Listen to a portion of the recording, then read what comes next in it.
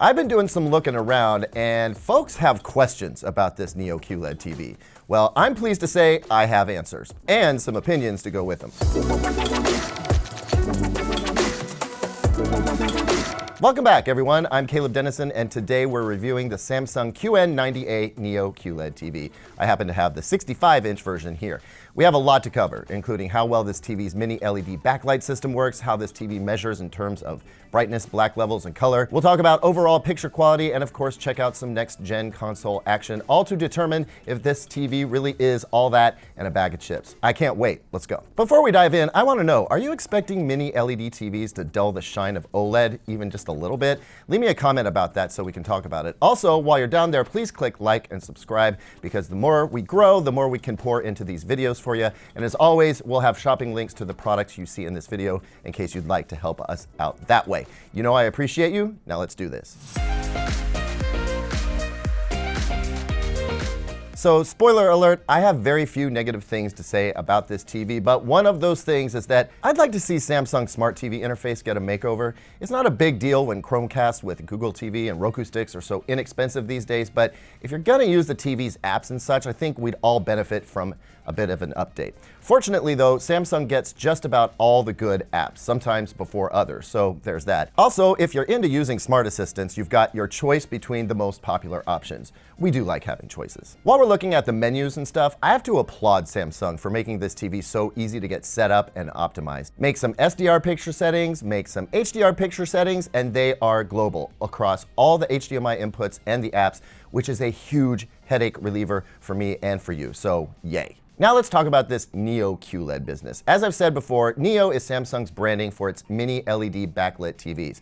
So you can still get QLEDs with standard LED backlighting. Those will be a little less expensive, or you can pony up some extra cash and get into a Neo QLED. Mini LED backlighting, if you're not familiar, means the TV has thousands of tiny LED lights instead of hundreds of larger ones.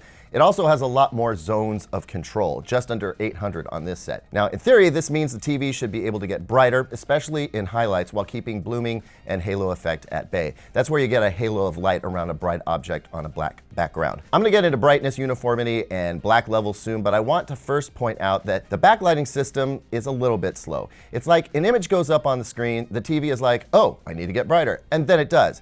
It takes maybe a second for the TV to catch up sometimes. Now, to be clear, this is something you don't see much when watching most content, but I did see it in content at times before I started taking measurements and noticing it on color windows. Not something to get riled up over, just a note that there may be some room for improvement. Speaking of measurements, let's nerd out a little bit. Here's what I got. Out of the box in the SDR movie mode with no adjustments to the brightness setting of 23, I got 275 nits, which is fine for SDR in most cases.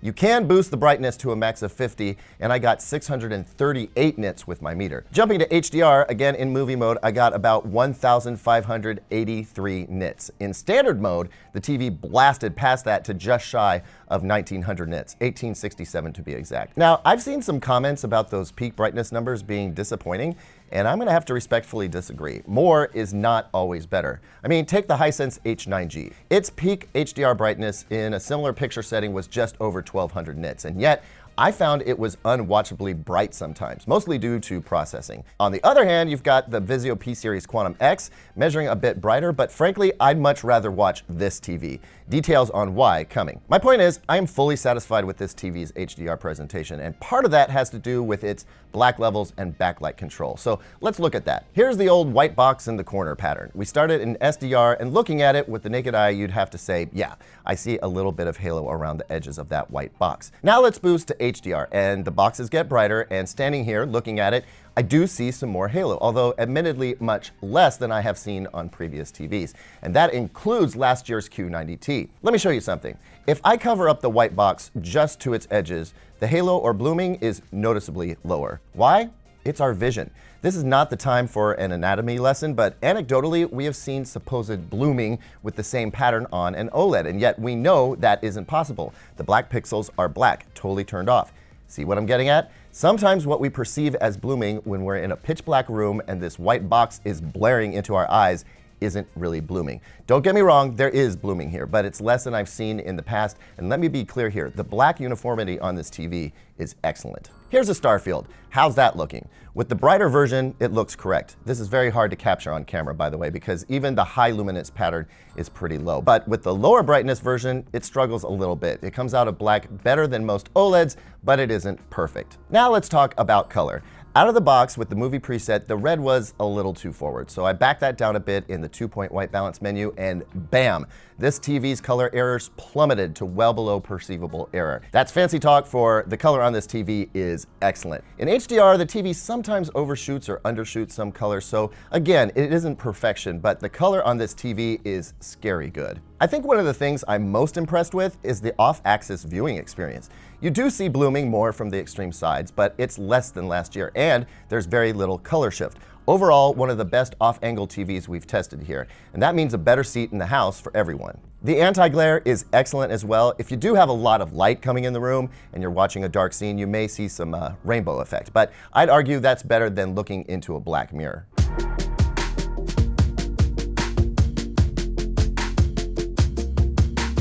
Okay, enough with the nerd stuff. How does this TV look when you're watching regular content in either SDR or HDR? It's really freaking good. This is a demonstrably better TV than the Q90T that came before it, and that was already a pretty great TV. Images are lush and vibrant, colors pop, HDR highlights pop, and the superior black levels give you a sense of depth you don't usually get with an LCD-based TV. As for motion, it's a mixed bag. This TV automatically removes all judder from 24p movie content. There isn't even a setting you can access to turn this off, which I think for most of you is going to be just fine. Stutter though, that's a very different story. This TV has a very quick response time, which is great news for gamers, but for movie buffs, just as it is in OLED, you can get stutter effects, and the only way to counter that is with motion smoothing, which will bring in some soap opera effect, which apparently most of you don't hate, so maybe not a big deal. Movie buffs will probably want to go with the lowest setting they can tolerate though. So how's the sound? It's fine, not a lot of bass, but overall it's balanced enough and tolerable.